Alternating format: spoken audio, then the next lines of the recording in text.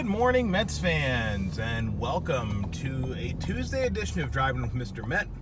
I am Mr. Met, and God, it feels like it's been forever since I recorded a video. I was out of town a couple of days last week, had Friday off last week, had a busy weekend. Of course, yesterday was Memorial Day, so I've been out of the car for a while, therefore no Driving with Mr. Met. But some things to talk about in Metsville. Injuries still plague the team, but despite that, the Mets managed to take 4 games from the Washington Nationals last week in stunning fashion. And then they played the Tigers over the weekend, and I want to talk a little bit about that series as well. But I'm going to try to recap the last week or so worth of baseball that I've missed, and take a deep breath and go over what's going to be a difficult week on the West Coast for the Mets.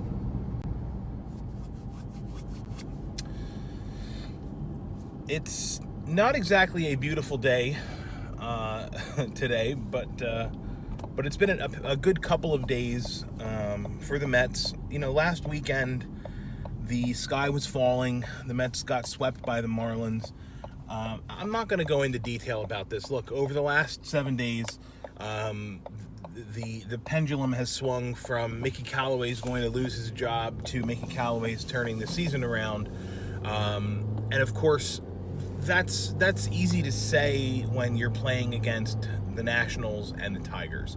So the Mets ended up going 6-1 on their 7-game homestand last week, culminating with a victory this past Sunday against the Tigers.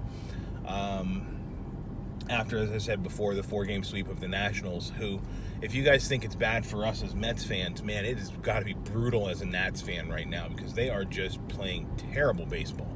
They have a historically bad bullpen that makes the Mets bullpen look fantastic, and we'll get to that in a little bit.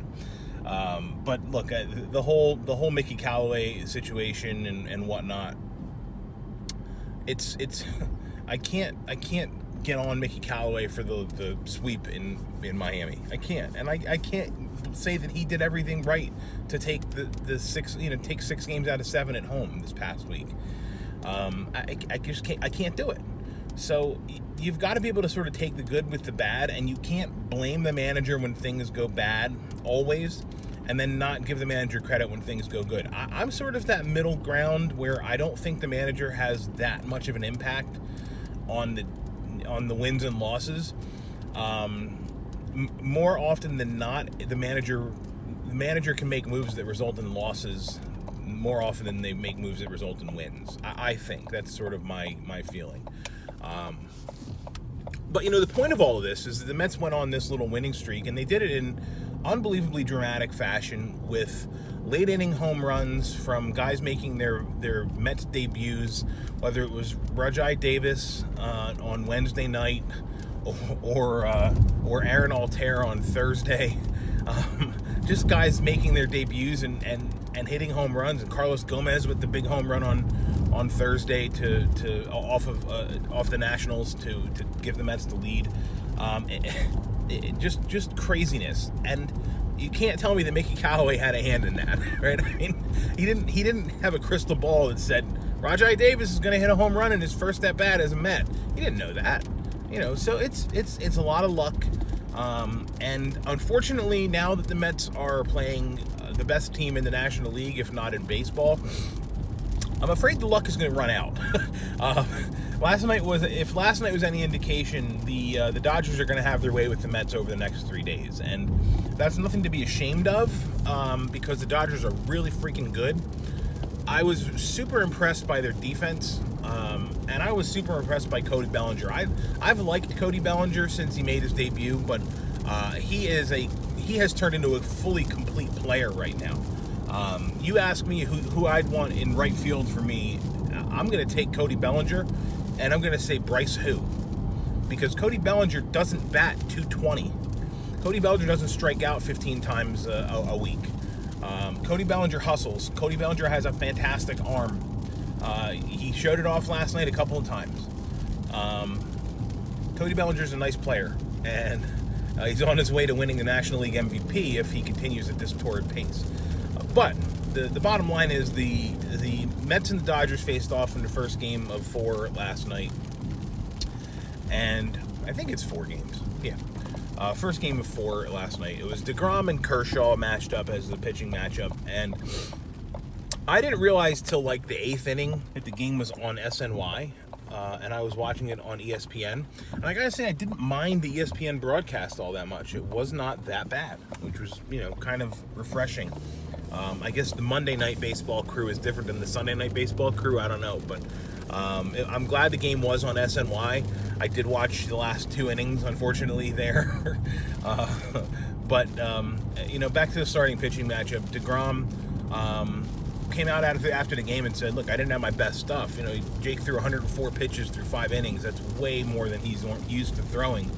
But Kershaw got stretched out as well. I mean, the Mets bats, particularly J.D. Davis, with a couple of impressive at-bats against Kershaw, just making him throw a lot of pitches.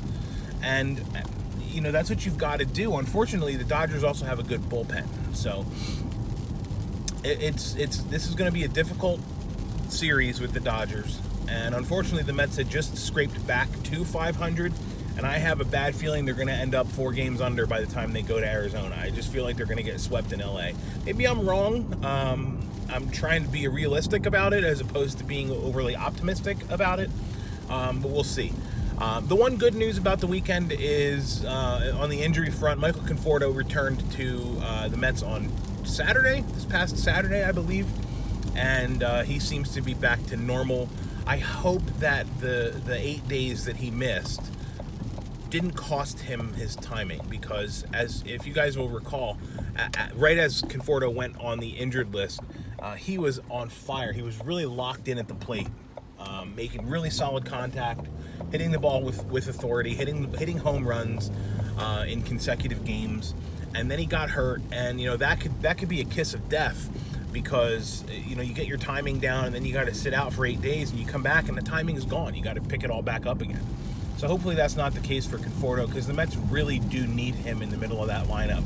I said it to my dad, actually. I was talking to him the other day, and I said, the Alonso's really exposed. I didn't mean it that way, but that's what I said. I mean, Alonso's really exposed when Conforto or Cano aren't batting in front of or after him.